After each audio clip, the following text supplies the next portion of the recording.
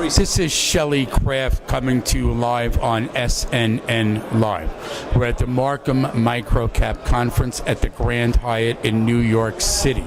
I have with me Chris Yewdall of DDD, like in 3D. Symbols, DDDGY and DDD on the London Stock Exchange.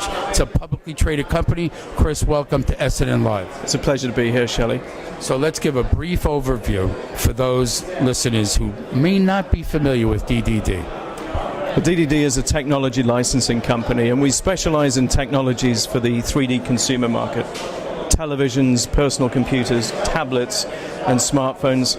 Our customers are companies like Samsung, LG, Sony, and they put our 3D conversion technologies into their televisions and Blu-ray players, and we make our money by licensing those technologies in a very similar way to the Dolby licensing their audio technologies to the same consumer electronics companies.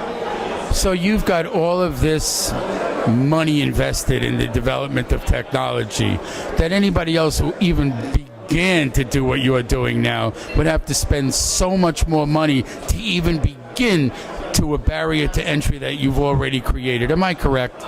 Well, certainly DDD was looking at this issue a long time ago. Our company's celebrating its 20th anniversary this month. It's a very time-consuming process, and in fact one of the reasons that we've been able to license these technologies was because we had looked at solving this problem back in the mid to late 1990s, and when the 3D market arrived we had the solution ready to go, and we were able to deliver it much quicker than the companies themselves were able to deliver their own solutions. You know what this reminds me of? That video was once talked about, but until they created 30 frames per second, nobody had it. So you did the same thing in 3D, didn't you? Yeah, we were one of the pioneers of the marketplace. We believed that there was going to be a 3D television market when a lot of people thought we were crazy and should be sitting in the corner of the room. And we believed in it. We were able to keep the company together until the market arrived. Very typical story for an emerging technology growth company. And I'm pleased to say that we got there, and last year we delivered our first full year profit after tax. Any new developments? Yeah, we've had some good growth lately in the tablet market. The Japanese and Korean companies have spent the last 5 to 10 years teaching Chinese companies how to build very high quality, low cost consumer products. And we're starting to see the first generation of 3D tablets coming out of China, which give you 3D without the need to wear glasses. They remove one of those key barriers that people are concerned about. You don't need to wear the glasses anymore for these new devices. We've just signed up our second Chinese licensee, and we expect to see more. We're working on about a half a dozen of these projects at the moment. Well, you're already market accepted. Now as these companies come into needing your product, you're standing there ready to deliver, and I'm sure their acquisition cost of your product is nominal in terms of production costs. Am I correct? Yes, I mean, we were able to competitively price the product. Last year, 15 million televisions, Blu-ray players, PCs and tablets were made that include our technology. So we're not looking to get every single ounce of return from a single customer in a single product. And that really allows us to be very competitive in pricing. It's something that we're playing to our advantage now in China.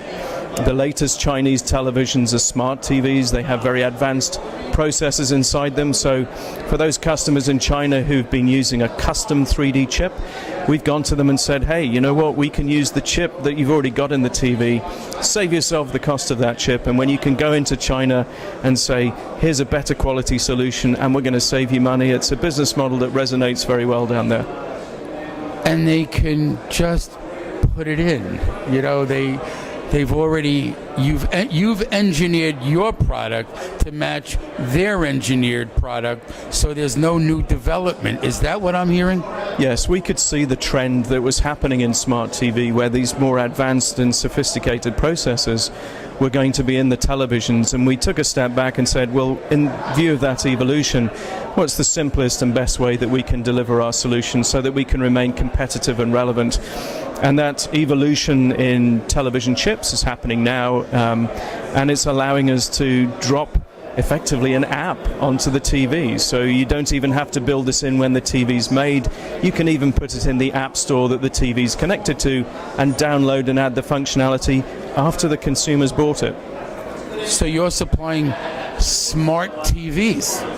We're supplying and enabling technology for the 3D smart TVs.